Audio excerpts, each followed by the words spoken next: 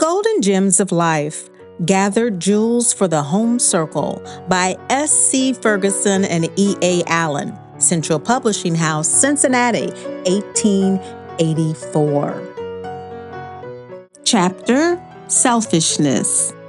Nature of selfishness. Selfishness destructive of happiness.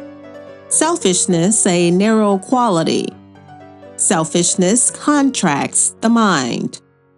Selfishness shows itself in many ways.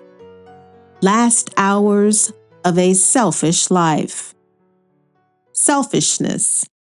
There is nothing in the world so malignant and destructive in its nature and tendency as selfishness. It has done all the mischief of the past and is destined to do all the mischief of the unseen future. It has destroyed the temporal and eternal interest of millions in times past, and it is morally certain that it will destroy the interest of millions yet to come. It is the source of all the sins of omission and commission which are found in the world. We shall not see a wrong take place, but the actor is moved by his own private, personal, and selfish nature. Selfishness is a vice, utterly at variance with the happiness of him who harbors it. For the selfish man suffers more from his selfishness than he from that selfishness withholds some important benefit.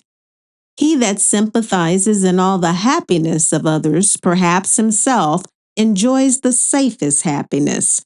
And he who is warned by all the folly of others has perhaps attained the soundest wisdom. But such is the blindness and suicidal selfishness of mankind, that things so desirable are seldom pursued, things so accessible seldom attained. The selfish person lives as if the world were made altogether for him, and not he for the world, to take in everything and part with nothing. Selfishness contracts and narrows our benevolence, and causes us like serpents to enfold ourselves within ourselves, and to turn out our stings to all the world besides. As frost to the bud and blight to the blossom, even such is self-interest to friendship, for confidence cannot dwell where selfishness is porter at the gate. The essence of true nobility is neglect of self. Let the thought of self pass in, and the beauty of a great action is gone, like the bloom from a soiled flower. Selfishness is the bane of all life. It cannot enter into any life, individual, family, or social, without cursing it. It maintains its ground by tenacity and contention, and engenders strife and discord where all before was peace and harmony. Few sins in the world are punished more constantly or more certainly than that of selfishness. It dwarfs all the better nature of man.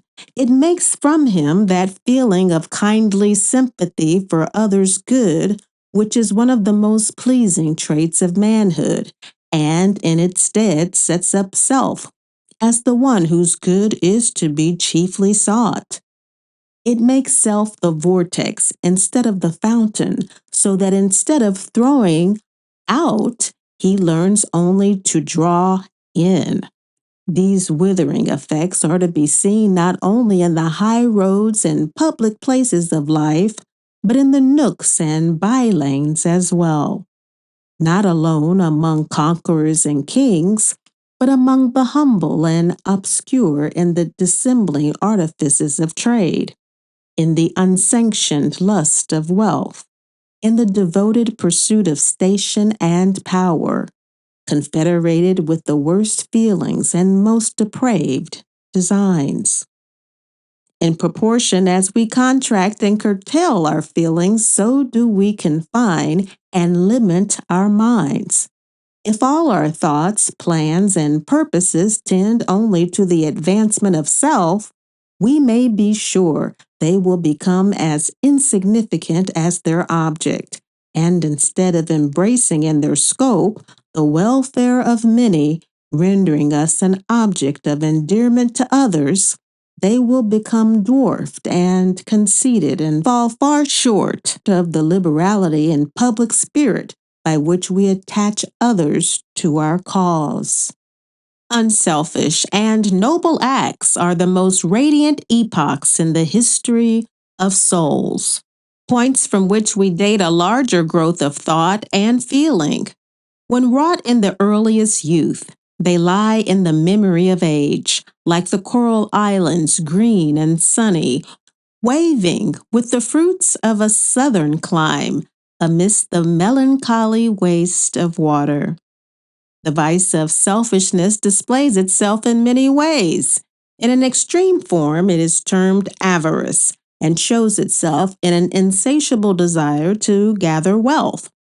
As heat changes the hitherto brittle metal into the elastic, yielding yet deadly Damascus blade, so when the demon of avarice finds lodgment in the heart of man, it changes all his better nature.